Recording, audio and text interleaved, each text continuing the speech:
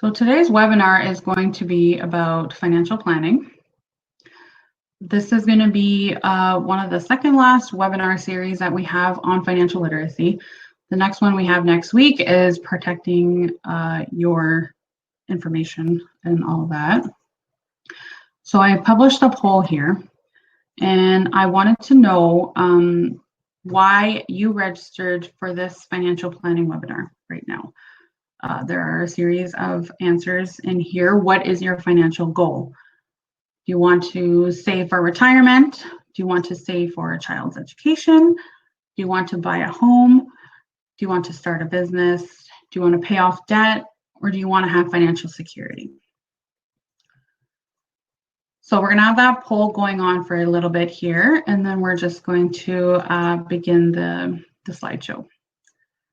Okay, so as mentioned, this is a financial planning webinar as part of the financial literacy series hosted by NADF. My name is Jamie Hunter, and I am an account manager for NADF. So we're going to be discussing topics related to financial planning. We're going to be discussing what a budget is versus what a financial plan is, what is financial planning, and the financial planning process.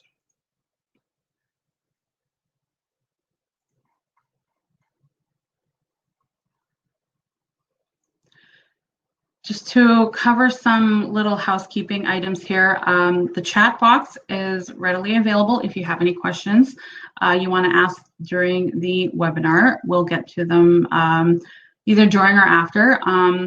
We're very flexible like that. There's also a reconnect button at the top of the screen.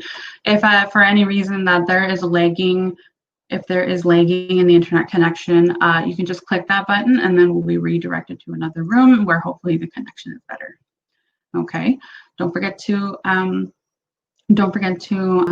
put your answer in the poll to see, and then we will go through the presentation now to kind of give you more of a process on financial planning, budgeting, what is the difference, and how you can get started on building a financial plan for yourself.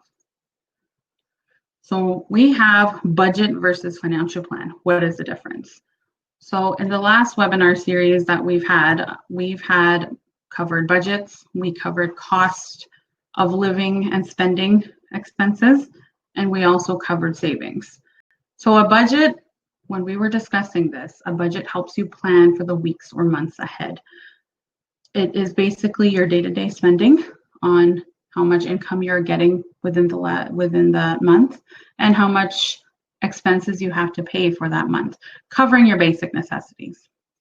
A financial plan, however, helps you set a goal to reach during a long-term time frame. So it has a long-term strategy that is required for you to accomplish your goal. So a budget is a financial plan that will address your income, your expenses, taxes, and your savings/investments. How you allocate your savings and investments will determine the future of your financial plan.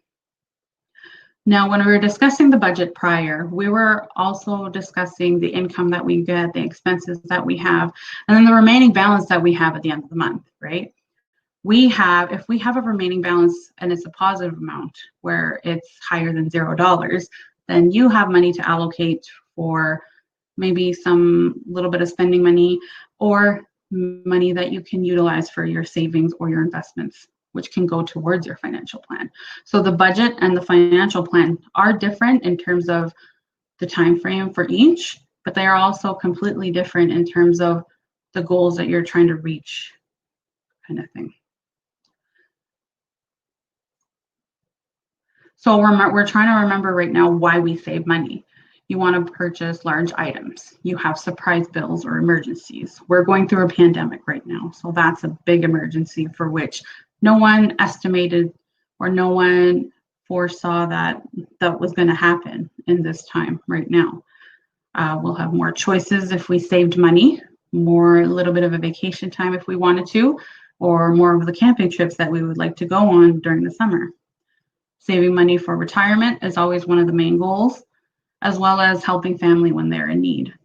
Children's education does come a long way. And when you have a plan for all your money and items like that, you're more likely to have less stress and less worry about your financial situation. You're not going to be wondering where your next income is going to come from, when are you going to pay your next bill, because you would have already been mindful about the income and expenses you have and when you're going to be paying those. So the next question here that we have is, what is financial planning? So financial planning is a plan that visualizes your current money situation, your long-term goals, and the methods of how to achieve those long-term goals. It is basically a document that is tailored to your specific personal and financial situation. So no financial plan will ever be the same as somebody else's financial plan. Everybody will have different end goals, would have different long-term goals in the end, where you are saving strictly for retirement, or you have multiple education plans that you want to contribute to. If you want to purchase a house, items like that. It is not everybody's same plan. It is basically a plan that is going to be tailored to your specific needs. You usually sit down with a financial planner to create this plan for you and your long-term needs. Now, I need to point out here that I am not a professional accredited financial planner. This webinar is to bring the actual main information regarding financial planning. That way we can give you the tips and tools on how to. But if you would prefer a professional planner, then it would be the best idea to do your research, try to figure out which financial planner is best suited for you and what you would need to determine in order to make sure that you have the best financial plan suited for yourself. Okay, there are times where people do financial plans on their own, or they can go to a financial planner and they get the plan formally drafted and everything like that, because they're the ones that have the tools and resources and the knowledge to be able to give that advice. If you're more suited to do it for yourself, that's fine, because it's gonna, the slides coming up are gonna show you next how you are going to be able to process your information to create your own personal financial plan suited for yourself.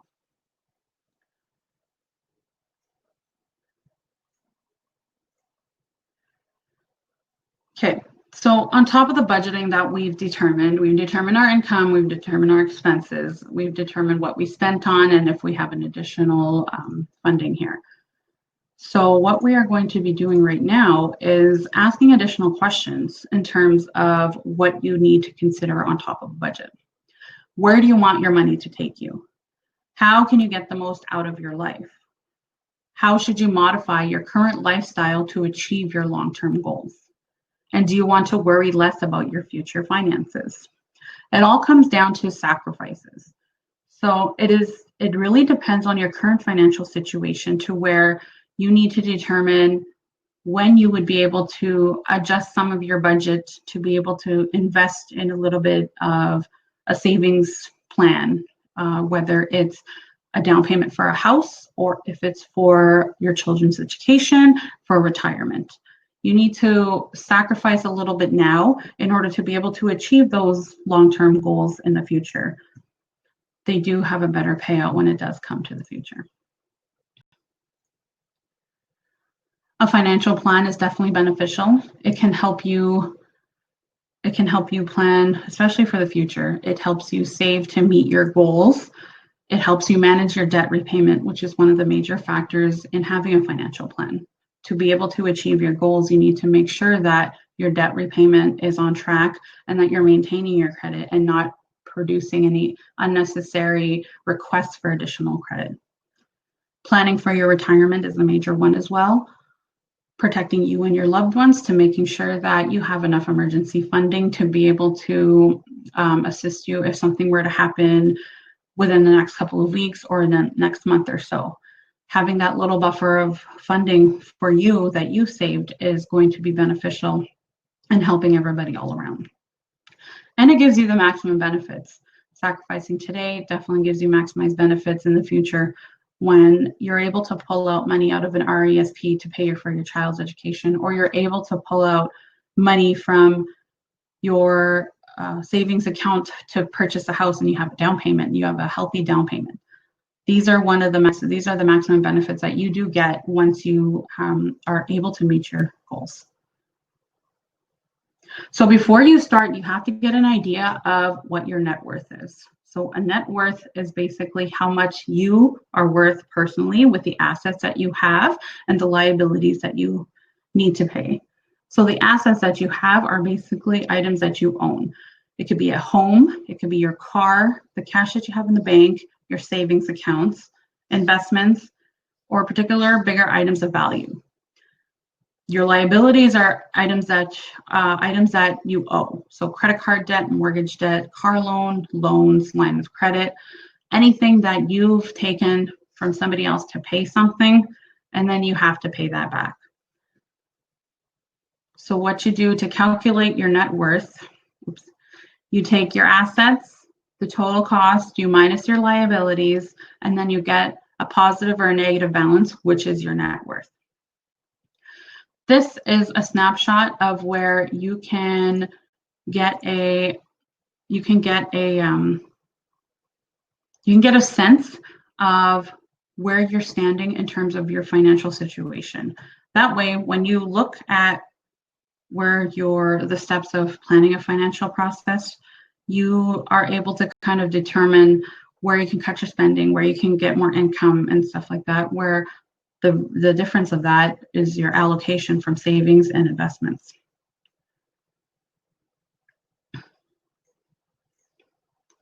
So steps to creating your financial plan. So we have step 1, tracking where your money is going.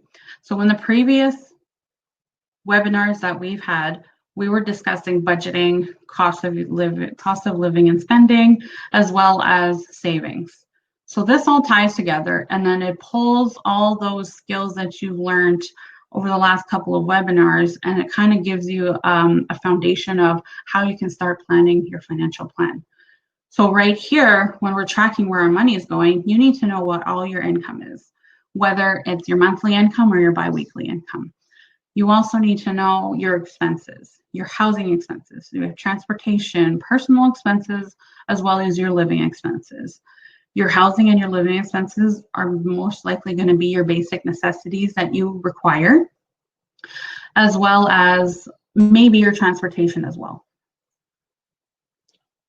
The personal expenses are going to be the ones that you're going to need to focus on, because those are going to be the items that you spend where your money is just leaving and it doesn't really have a benefit to you afterwards. So takeout would be one of them, where you could easily make your meals at home. We have on here cigarettes and alcohol, or personal spending like clothes and such, the different brand names that we have, as opposed to the regular clothing that we have on our backs right now. Certain spending items like that are one of the areas that you're going to be focusing on when you're actually tracking where your money is going. And that's where you're going to determine what sacrifices you need to make in order to continue your financial planning. So we're taking our monthly income, we're minusing all the monthly expenses that we have, and then we're going to be getting a total available money amount in the end. Looking at your personal budget, you're going to notice where you spent your money by the many categories that you have documented. In my previous webinar, I was tracking my spending by the last 2 weeks from a certain time frame. It was easier because I was able to go into my banking account and I was pulling every single transaction that I had. I had to go into my credit card account as well to see what subscriptions were pulled at that time, because those were monthly subscriptions. And then I had to categorize everything. So I had a bit of a balance between the wants and the needs, but I figured out where I needed to kind of cut in order to sacrifice a little bit to put into more savings, because I think I was only spending a little bit on savings. It wasn't where I wanted to be. And I knew that because I visually saw where I was spending my money. So that is one of the first steps that you need to think about and be mindful of when you're starting the process of financial planning, because it is the sacrifices that you need to make on your spending as well. The second one is setting goals.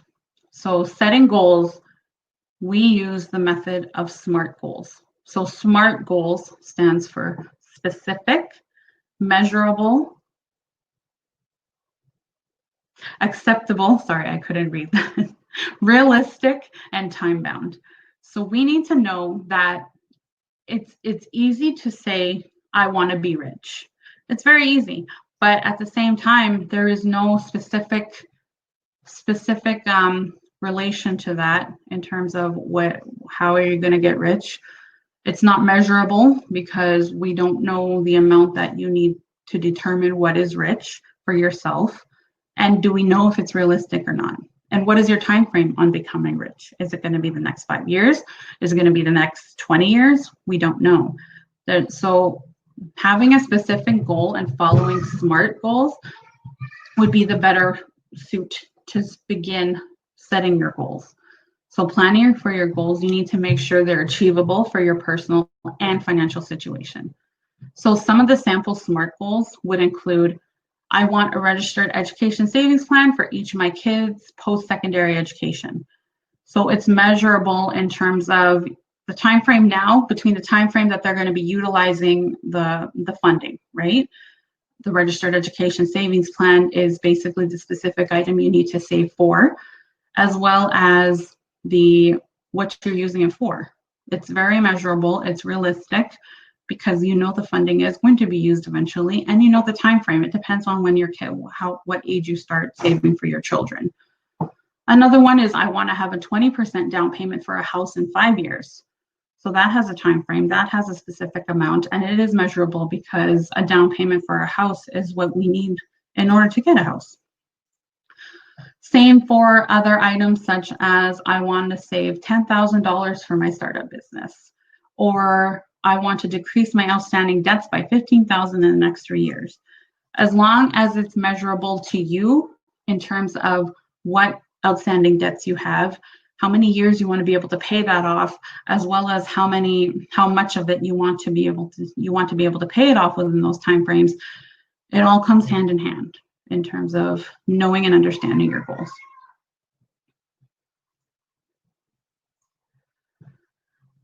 Start saving. So we've already established the budgeting that we've went through with the income and the expenses, and then we have the remaining amount that's included at the end.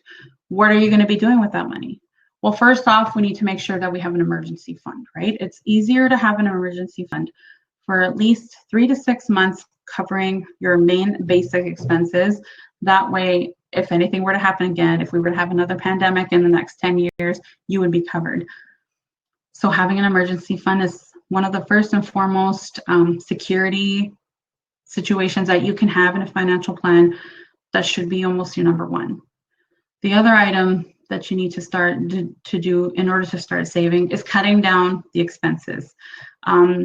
Creating your budget, you kind of already see where everything is in terms of what you're spending and what income you're getting.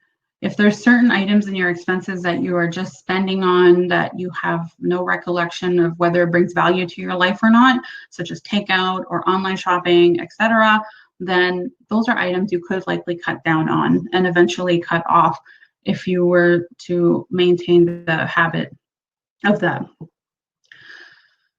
Sacrifices now will definitely help you for your long-term goals. Increasing your income is another item. You can either obtain a second job or start a small business. Now, when I say start a small business, I am talking in terms of if you have a specific skill that can assist you in terms of creating extra income for yourself. An example would be if you know how to do tax returns and you have a bunch of people that would prefer somebody to do their tax returns, you can say, hey, you know what? I am going to be starting doing some tax returns between March and April and May. I can do some tax returns for you for this amount. And then you have your little side job there where you can use your skill to monetize off of. Building a portfolio is another item to begin a financial process. One of the biggest expenses that we all need to think about is retirement. My question to you right now, if you really think about it and reflect on your own, do you have a retirement plan? Now, for me, I don't know if I have a retirement plan in place. I do have a savings set for that specifically, but not so much one where it's an actual plan laid out in paper in a document right now. Anyways, I've just recently finished university a couple years ago, and I just started more working full time in the workplace. So becoming out of the student life, the student debt that comes with it, everything.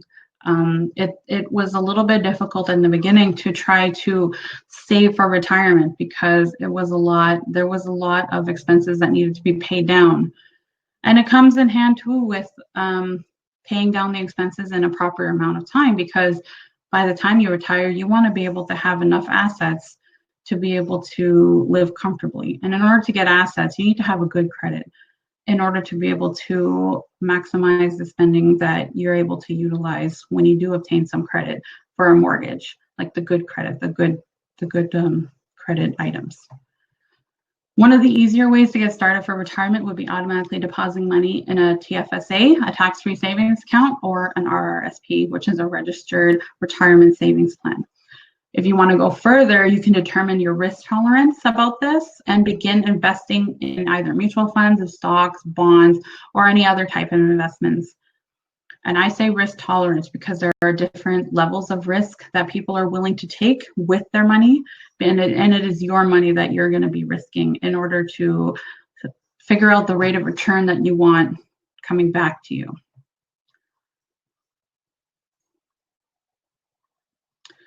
So when you've reached your goal, you need to kind of understand, especially with the RESPs or the down payments of the house, vacation time, maybe it's a milestone vacation or something. You need to understand the fees and the withdrawal practices for your investments to make it easier to access when it is time to withdraw them. So for example, your child has reached an age where they are going to a post-secondary institution right now. So the money that you have saved for them, you're able to withdraw it. But do you know the rules and the conditions per those RESPs? What can you spend that money on? How much can you pull at a time every year for your specific child? And how many years can you live off that kind of money? So kind of understanding that and doing a little bit of research, putting that into your financial plan, and then kind of reevaluating it on a go-forward basis would definitely help, because if you don't know what you're able to spend it on or how you're even going to be able to withdraw it, then what was the point of saving it when you're kind of stuck having it there? It's the same thing with withdrawing for your down payment of a house. You don't want to be able to open a savings account or a TFSA where you're unable to pull out a certain amount of money. Otherwise, you get hit with a really big penalty fee. Did you plan for the penalty fee? That could have been a part of the planning process for you, and otherwise they would have taken it off your down payment, and then you're stuck with a little bit of a shortfall if you didn't have enough to pull out at that time. So determining the fees and the conditions of where you're saving, where your mutual funds are, or where your investments are coming from, you need to know the implications of how you're going to be able to take out that money when it is time.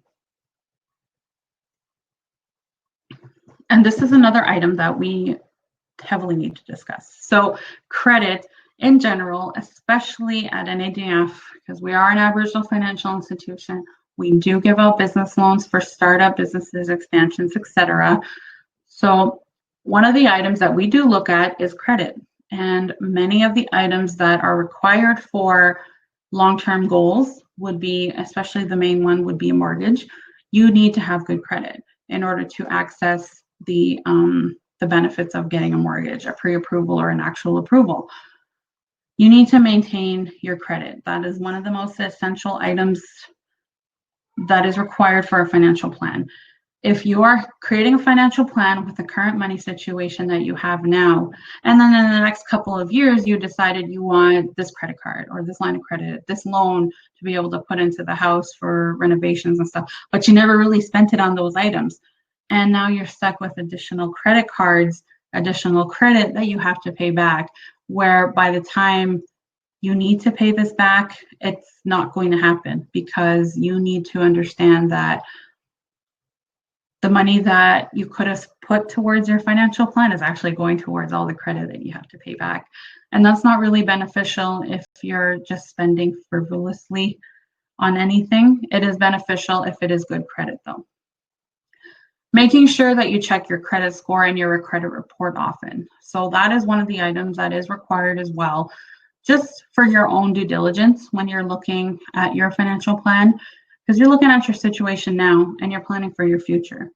If you're looking at your situation now, you make a financial plan and you don't really concentrate on what you're doing with your credit and stuff and all that, you are going to get sidetracked if by the time you reach your goal and something is listed on your credit report that you have no recollection of, or it could be that your identity has been taken, and additional cards have been drawn up in your name, then you're in a situation now where other people are going to question, how come this wasn't caught sooner?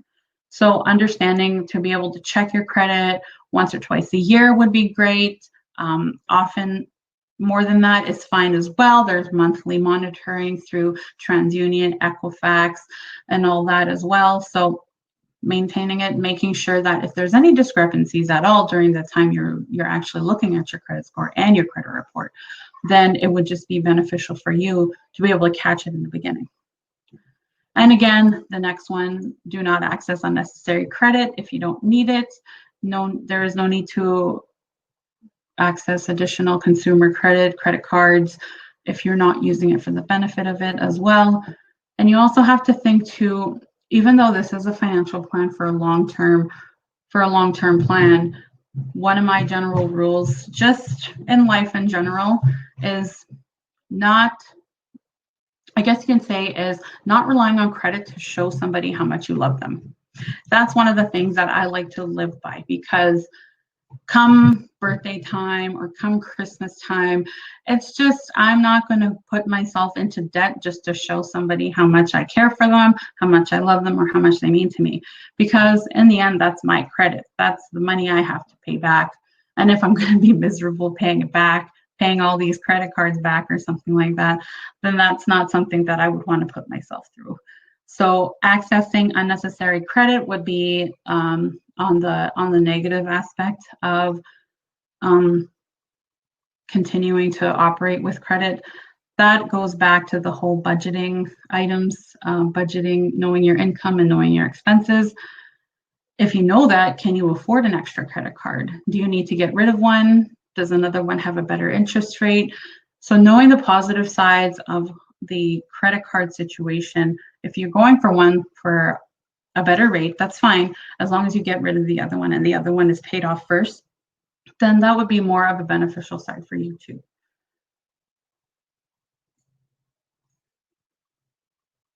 And then keeping track of your financial plan. So everybody's needs and goals will change over time. So you got to ensure that you're adjusting your financial plan to fit the situation. So in the last couple of years, did your income increase or did it decrease? Is it increase for a short period of time, or is it increasing for a longer period of time? Did it decrease because you don't have your job anymore, or are you in between jobs and getting another one where it probably didn't make as much? So you got to keep tabs on the changes that are happening around you, personally and financially as well. Same thing with the unexpected expenses due to situations out of your control. What had happened during that time? Was it a health issue, a family member issue, or was it a pandemic issue? Other items out of your control obviously are going to affect your financial plan and your current financial situation. But as long it just goes back to the emergency funding that we had originally planned for in the beginning, prior to even investing for, like, say, a mortgage or a children's education. Hopefully having the emergency fund will have assisted you in this.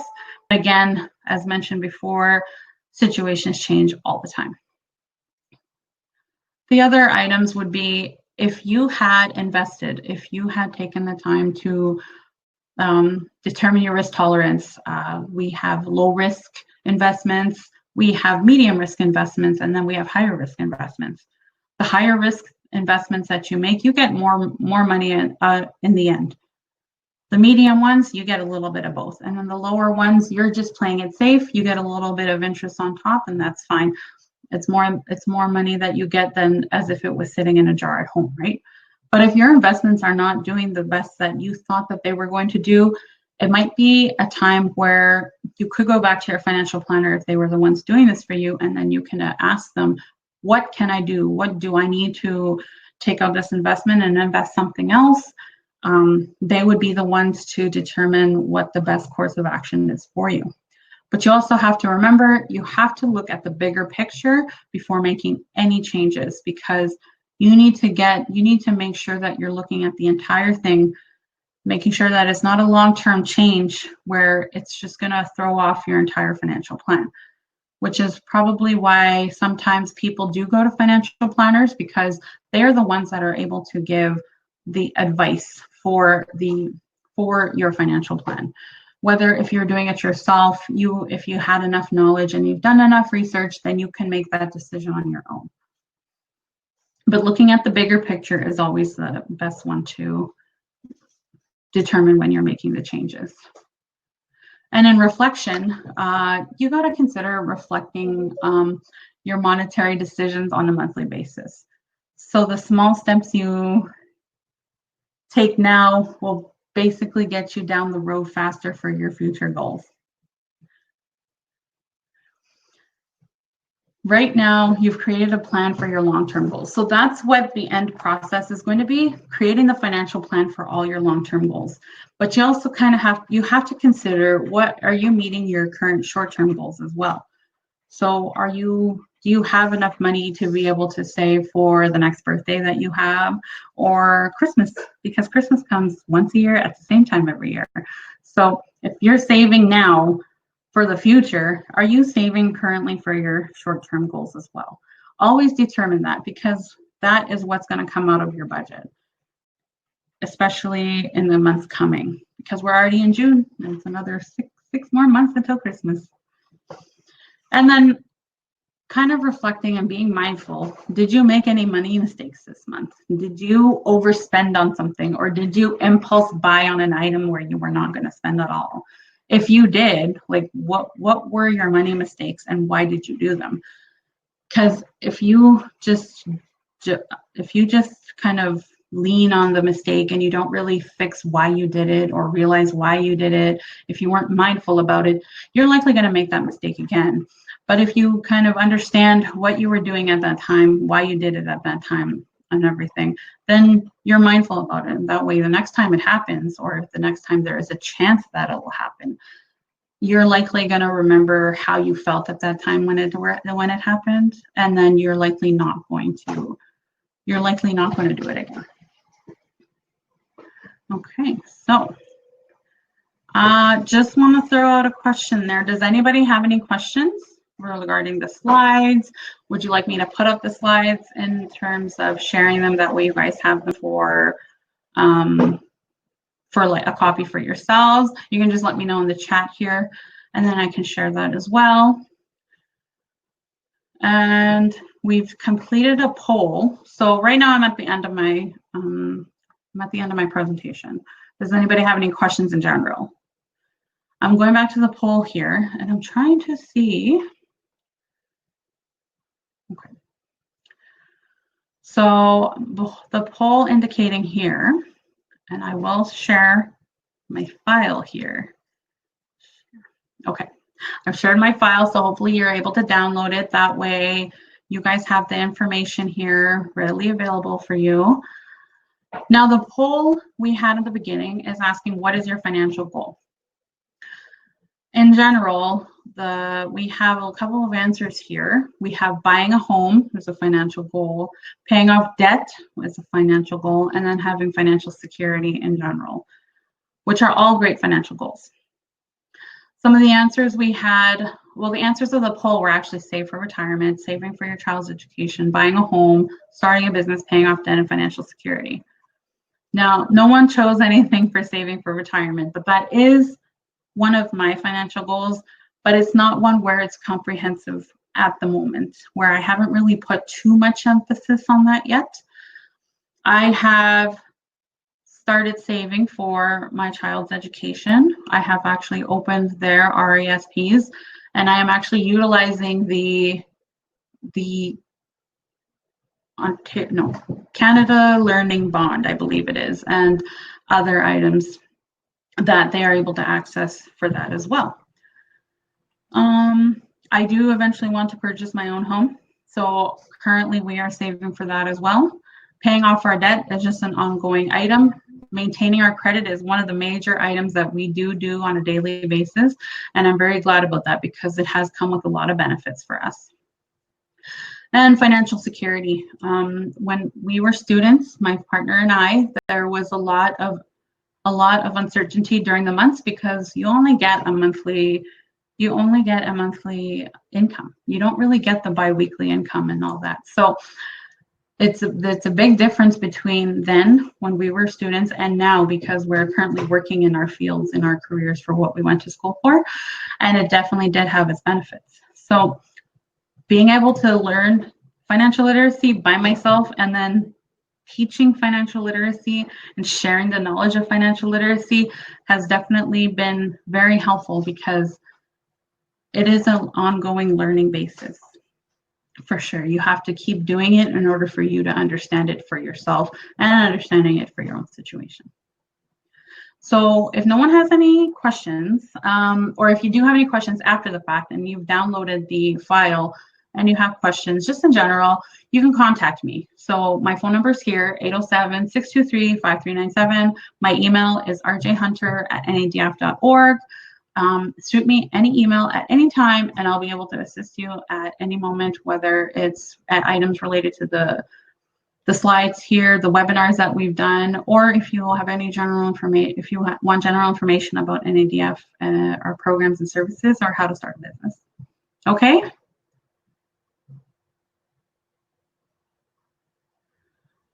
Post the link for the PowerPoint. Okay, give me 1 second. I want to double check if it's still shared.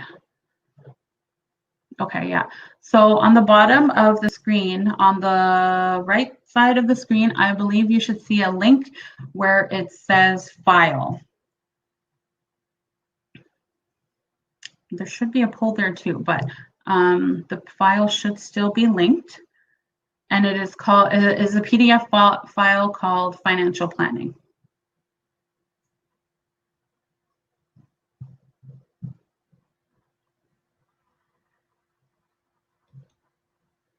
Can somebody let me know if it's still there? Otherwise I can, okay, perfect.